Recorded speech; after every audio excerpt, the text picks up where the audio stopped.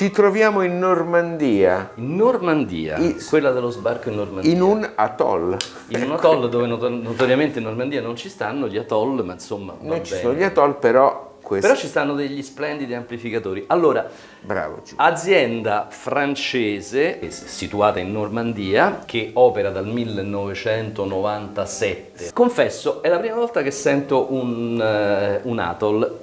Tra l'altro qualcuno tra di voi ci aveva chiesto di provare qualche amplificatore atoll, ci siamo dati da fare. Esatto. E abbiamo avuto questo IN400 che tra gli integrati della atoll è il più il grande. top di gamma. Un 300 watt, mi pare? Circa, però Sì. questo lo diciamo, Lo diciamo dopo, lo diciamo va bene. dopo. Subscribe, campanella, seguiteci, molte cose interessanti. Moltissime.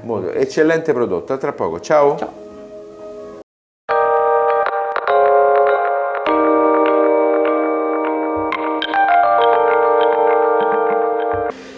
Allora, quello che mi stupisce di più, caro Giulio, Sì.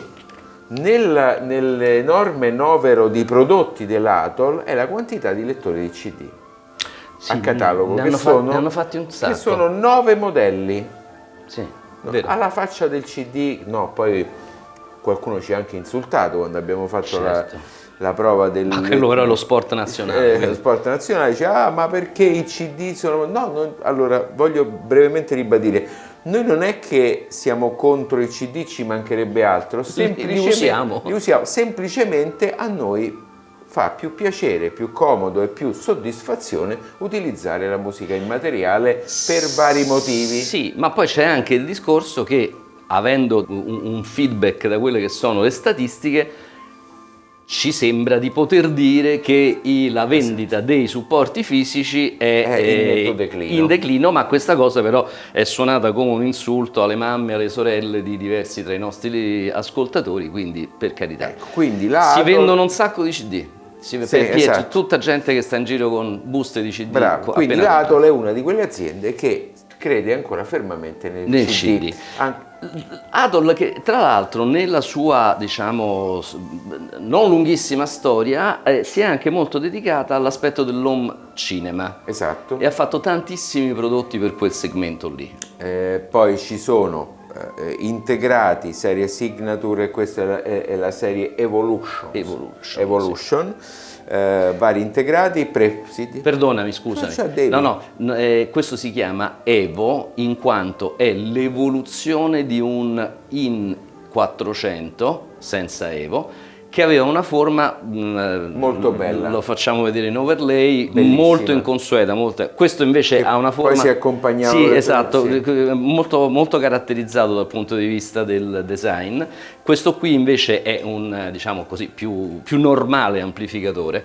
Però comunque il catalogo obiettivamente è molto ampio. Sì, sta streamer, DAC, sintonizzatori, finali audio-video, c'è di tutto, veramente di tutto di più. Tant'è che l'azienda ha dovuto per ben 2 volte ampliare la sua sede perché evidentemente le cose gli vanno bene. Gli vanno molto bene. Allora, importante il prezzo, perché questo è l'integrato top di gamma.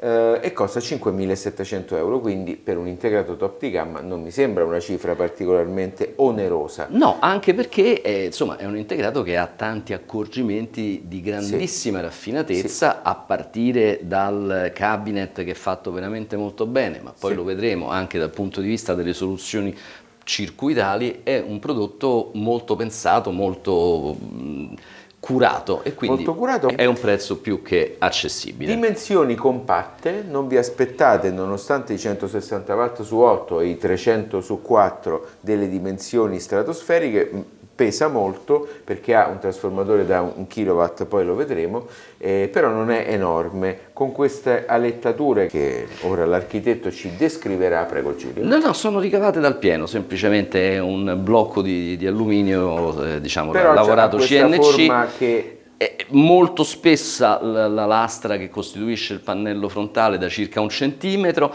con questo motivo ornamentale bello, sobrio, però devo dire molto elegante. Ci sono piaciute moltissimo le 2 manopole, e state vedendo adesso nel dettaglio, sono molto eleganti e sono circondate da una sobria, una volta tanto, corona di LED il cui colore può essere cambiato in, mi pare, blu, rosso, violetto, insomma, però non una cosa accecante. No, appena si vede che non è un insomma. prodotto orientale. No, prodotto fatto con grande cura e grande garbo. Display centrale piuttosto semplice, relativamente visibile anche da lontano. Una quantità di ingressi strabordante. Sì. Poi lo vedremo meglio nello sventramento. Quello veramente mi ha posteriore. colpito, perché poi quando uno con il telecomando, peraltro telecomando che faccio vedere, gigantesco ma è diviso in sezioni, quindi qua c'è DAC, tuner, CD, DVD integrato o amplificatore, quindi è evidente che nel caso specifico di questo telecomando se ne usa soltanto la sezione inferiore, quella superiore non serve. A meno che non si possegga. A meno che non si posseggano altre cose. No, dicevo, quando uno con il telecomando va a cercarsi l'ingresso e magari deve fare tutto il giro perché ha sbagliato il verso, sono una quantità sterminata di ingressi. Di ingressi, tra l'altro con anche ingressi XLR, anche se questo non è un prodotto intrinsecamente bilanciato, quindi ha degli sbilanciatori. Una cosa, allora, quando ce lo hanno mandato, all'interno della scatola c'erano 2 ulteriori scatoline che contenevano i 2 moduli opzionali. Quindi il prezzo a cui noi abbiamo fatto riferimento è senza i moduli opzionali, che sono quello fono, sì, che costa un centinaio di euro. E che si chiama P100.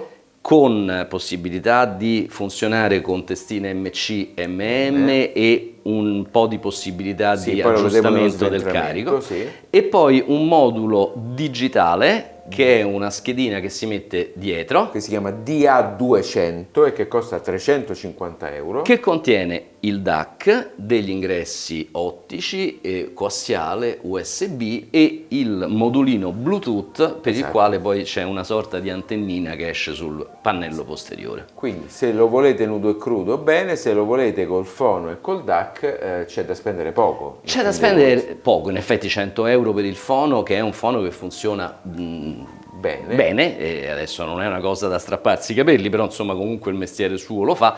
Il DAC lo trovo forse superiore all'ingresso fono, però insomma ecco, sono cifre tutto sommato abbordabili e che però hanno il pregio di far rimanere il tutto all'interno dell'amplificatore. Certo.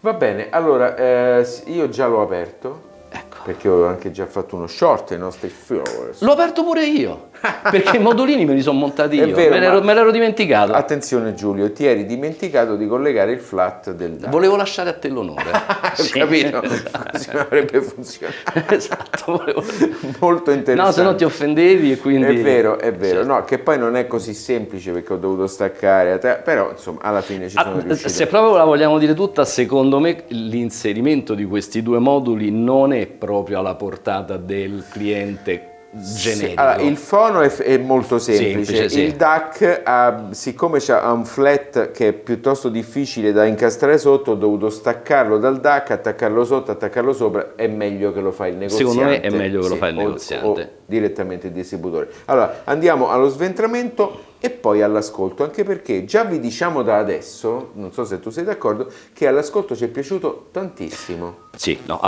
veramente mi è piaciuto tantissimo e faccio pubblica ammenda per non aver mai ascoltato in precedenza dei prodotti Atoll che io avevo derubricato a prodotti così, insomma, di fascia media. Insomma, non gli avevo dato l'importanza che meritano.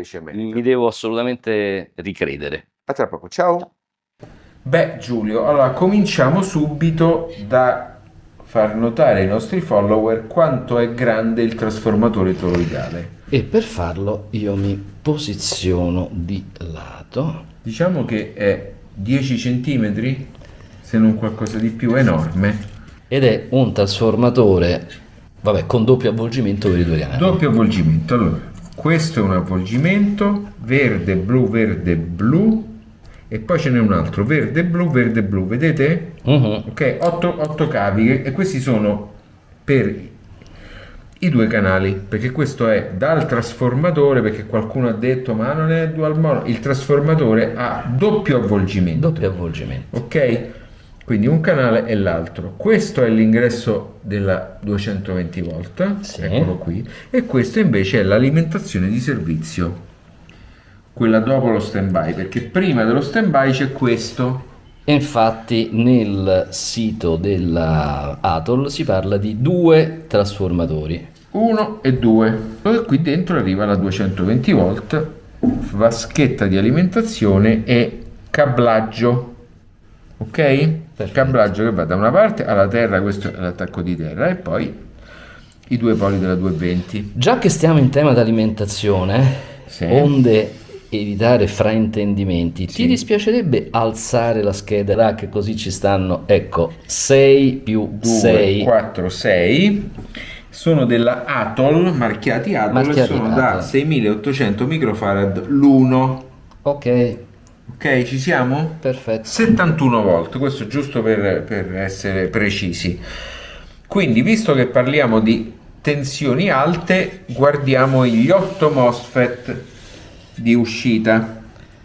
Mi Ok? avvicino e li faccio vedere da qua. 4 IRPF 9140 e 4 IRPF 140. Ok, questi sono polarizzati in modo da far erogare all'amplificatore circa 10 watt in classe A e poi tutto il resto in classe AB. AB. D'accordo? Sono collegati fisicamente ai grandi dissipatori laterali, Bravo. che sono questi che mostriamo. Molto grandi, Sì, molto grandi, molto ben fatti, anche formalmente piuttosto belli e eleganti. Queste due scatolette dove non sappiamo cosa c'è dentro Queste continuano a rimanere avvolte nel mistero. Per potrebbero noi, esserci i circuiti di preamplificazione, quelli prima delle sezioni finali. Potrebbe essere, potrebbe non essere. Certo è che questo ce lo fa pensare la vicinanza con i due chip di controllo del volume. Allora mi avvicino e li mostriamo. Eccoli qua, LM1972, che la sigla LM potrebbe far pensare a un regolatore di tensione, invece è un regolatore di volume Della Texas della Instruments. Texas. Sì. E la cosa stupefacente, quantomeno per me, è che all'interno c'è una rete di resistenze commutate. Esatto. Poi vediamo gli ingressi. Allora, questo è per il canale sinistro, sotto per il canale destro con i relativi relè. E se guardate bene sulle schede c'è scritto left e c'è scritto right. Right, ok. E poi sotto sul circuito stampato ci sono gli XLR. Quello che va notato e che farà sicuramente felici i nostri follower detrattori degli operazionali è che qua è fatto tutto a discreti. Quindi tutti questi sono BC 556, 546, tutti transistor relativamente comuni. I Sì. due connettori verdini che vedete lì Sono per lo stadiofono opzionale. per lo stadio funzionale che sta calando dall'alto adesso Ecco qua. e che si collega con quei due. Non prima di aver tirato giù questo che serve per disabilitare l'ingresso 1 come linea e abilitarlo per la scheda fono. Quindi, come dire, attraverso quel coso gli si dice all'amplificatore: guarda che c'hai un ingresso fono a bordo. Esatto. Tanto quanto, rimuovendo una piastrina di metallo che dopo vi facciamo vedere quando facciamo il pannello posteriore, Esatto. si dà accesso alla parte che serve per installare la scheda DAC. Vado? Scheda, aspetta che te la Sì. inquadro. La scheda opzionale DAC, ecco. Ops, sei Va bene sparito. così? Sì. Esatto, scheda opzionale DAC che viene messa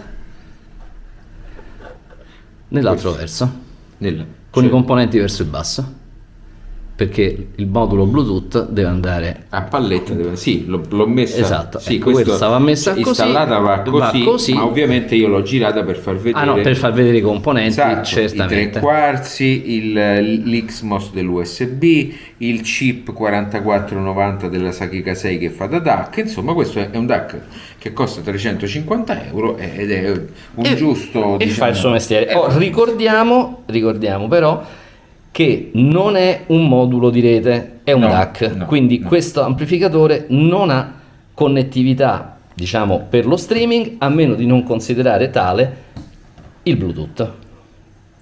Esatto, beh, io più o meno lo considererei un po' streaming Sì, sì, sì. Quindi condensatori, queste sono le parti di stabilizzazione dei pre-driver, tutti condensatori molto belli, questi sono condensatori mica ceramica, molto Ok. molto belli. Sensori termici, eccoli qua. Uno e l'altro.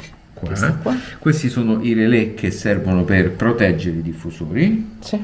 grossi relè, uno per ogni cassa. E invece qui dietro, ma adesso lo vediamo girandolo, se insisti lo giro. Sì, gira pure. Con uno Diciamo, ci sforzo. vuole un facchino per girarlo, ma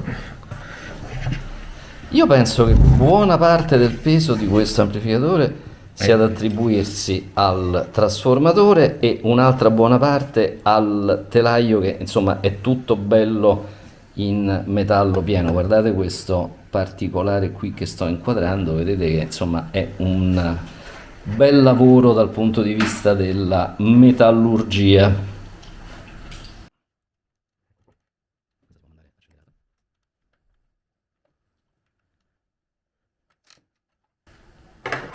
Ed eccola qua. oh. Allora, appoggio la scheda degli ingressi digitali.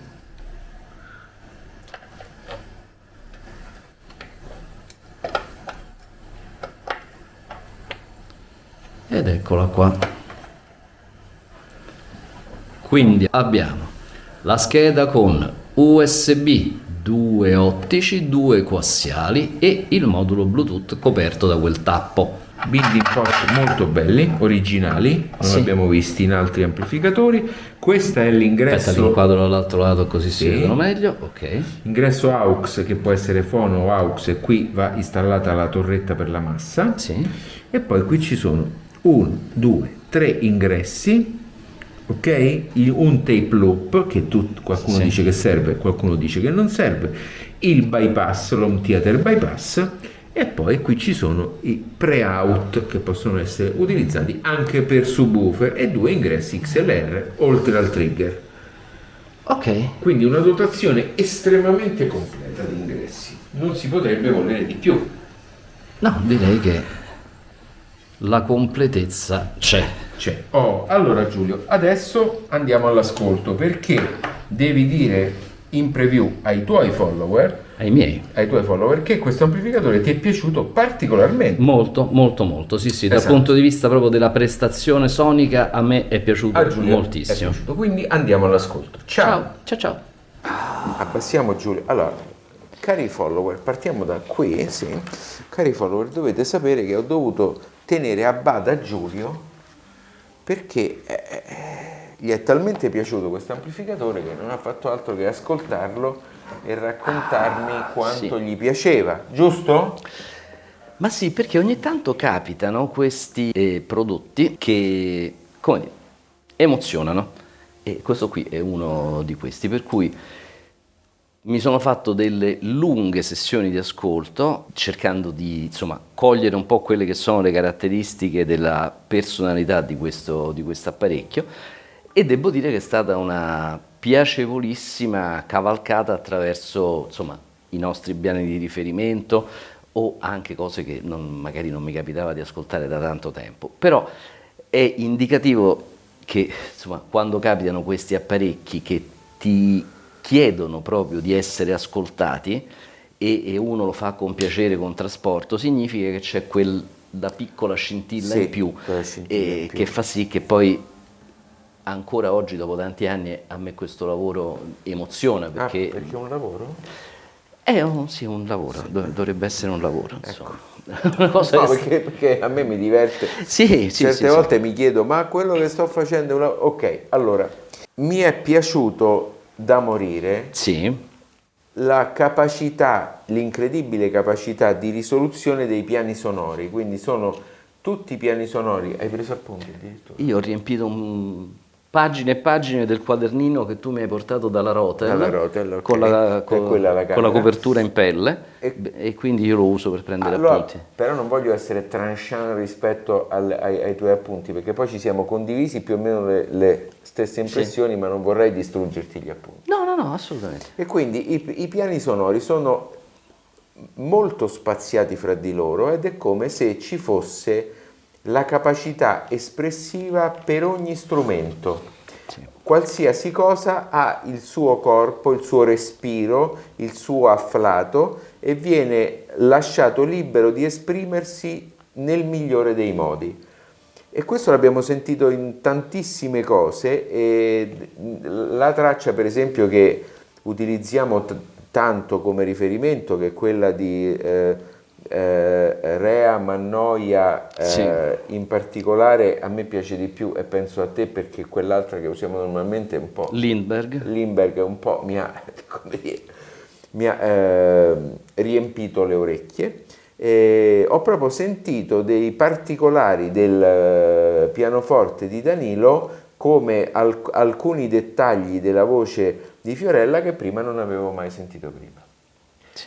Con quella, allora, non è che non li avevo sentiti prima, non li avevo sentiti con quello spazio, quella risoluzione e quella velocità che l'Atol ha risolto, mi viene da dire. Sì. E quindi sono rimasto veramente colpito, davvero colpito. C'è da dire che questo ascolto così intimo, così riflessivo, così bello e profondo l'abbiamo fatto usando il DAC La Scala. Io ho fatto anche delle lunghe sessioni con il suo DAC interno, che lo ricordo non è dotato di una piattaforma di streaming, quindi per ascoltare qualsiasi cosa, insomma, ci dovete collegare uno streamer se volete ascoltare dalle piattaforme, altrimenti un computer a sua volta collegato a un NAS, insomma è un DAC puro e semplice, quindi ecco, non ci sono doti, capacità di streaming, a meno di non considerare, come sarebbe giusto fare, anche il modulo Bluetooth, che però insomma è un modulo Bluetooth, io l'ho provato, funziona, però ecco, diciamo che sicuramente non è in grado di svelare quanto di buono questo amplificatore è in grado di fare.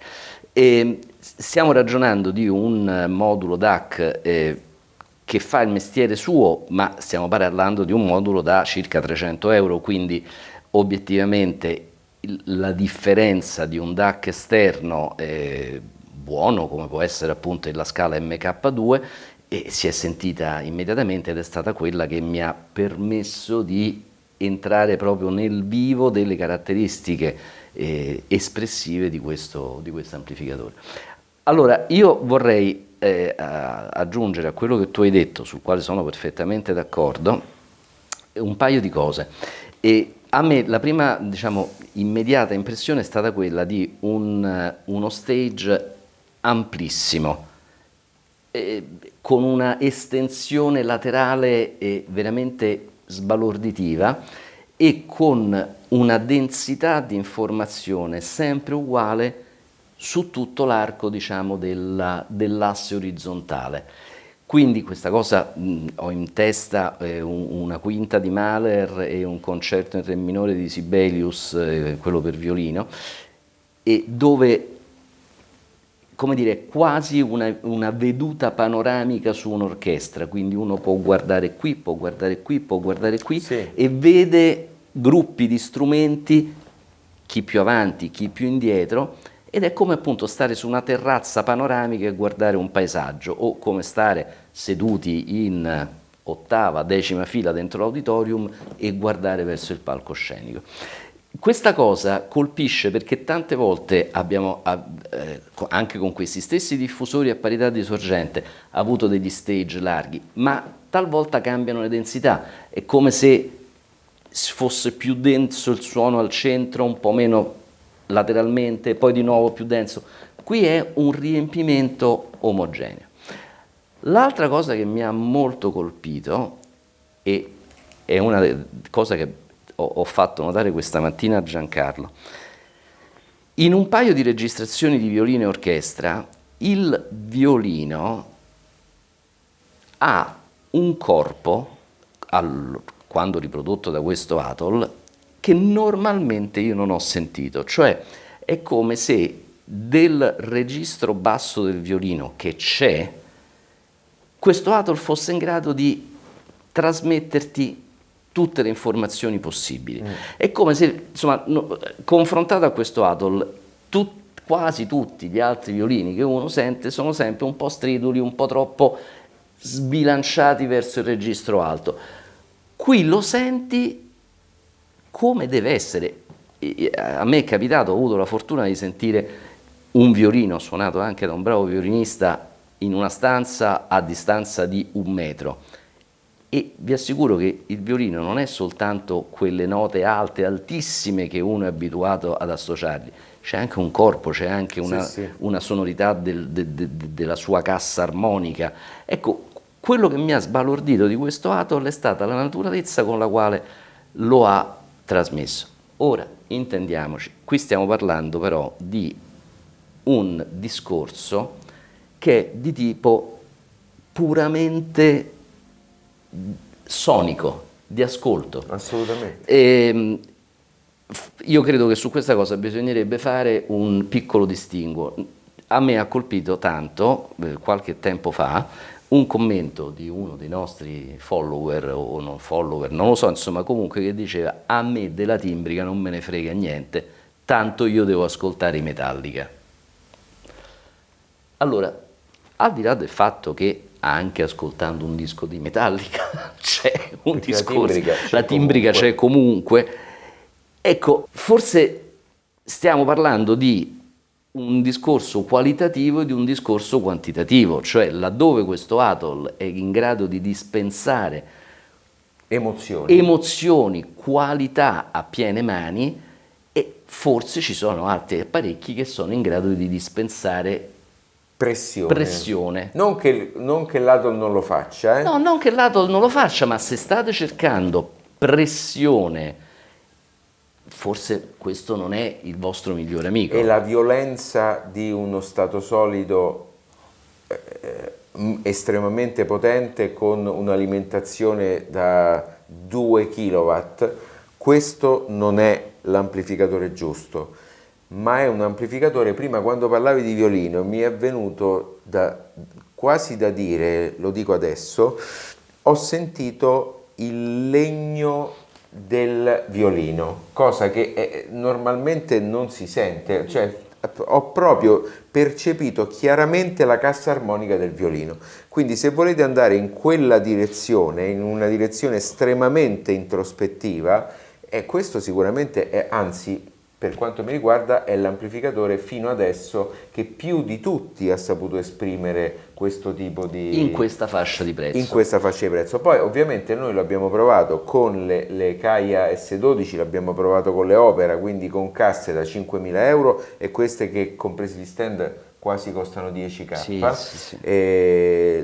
Non le abbiamo provate con delle casse da pavimento di livello adeguato all'amplificatore, ma sappiamo fare la tara abbastanza bene. Sì, per problemi di logistica non abbiamo riusciti. un diffusore di riferimento in questo momento da pavimento, però l'impronta sonora è questa, ed è un'impronta sonora che io ritrovo proprio nel suono dei MOSFET. Questi stessi MOSFET, l'abbiamo visto nello sventramento, sono quelli che usava PAS per fare gli Alep e che vengono usati abbastanza frequentemente per fare gli amplificatori con questo tipo di tecnologia.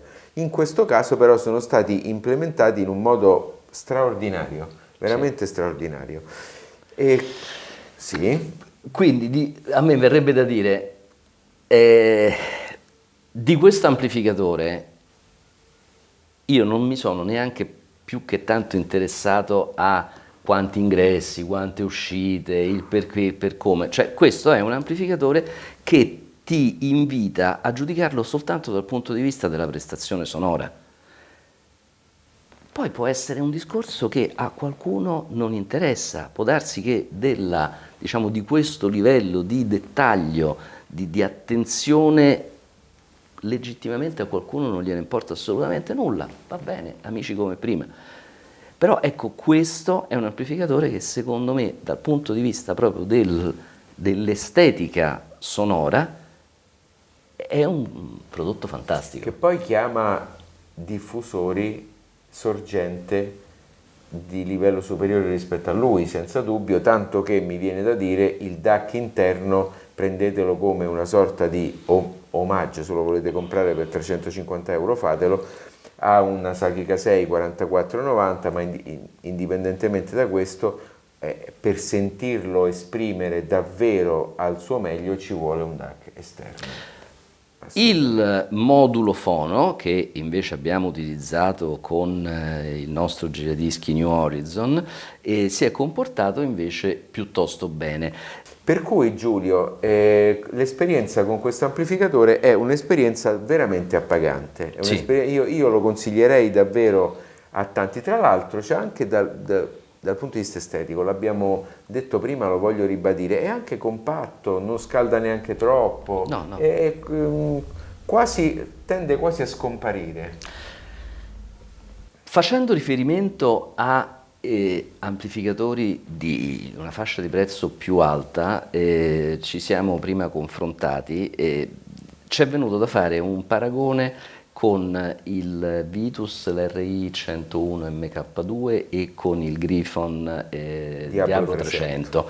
E questo qui secondo me va un po' più nella direzione del Diablo 300, come se fosse un piccolo Diablo 300 venduto a un costo di un quarto circa.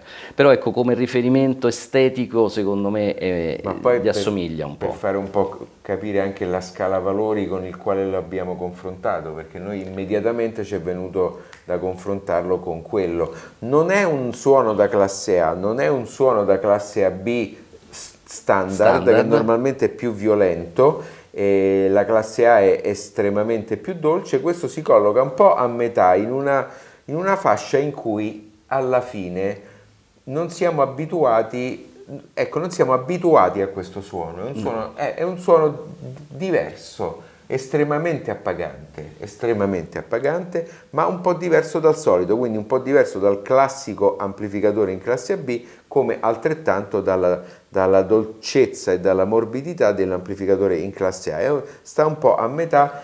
Secondo me vale assolutamente la pena di ascoltarlo e di prenderlo in serissima considerazione. Assolutamente sì. No, veramente un lavoro eccellente, complimenti a questi signori di Atoll, tanto di cappello proprio, assolutamente.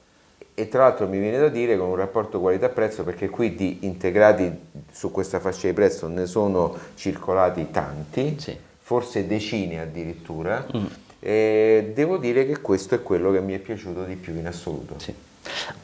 Poi se andate cercando effetti scenici, questo sicuramente non è l'amplificatore che fa per voi, è di una assoluta sobrietà, 2 manopole, fine, basta, non c'è nient'altro. Sembra un po' l'Egel H600 che abbiamo provato, cioè questi amplificatori che allo spettacolo non concedono nulla.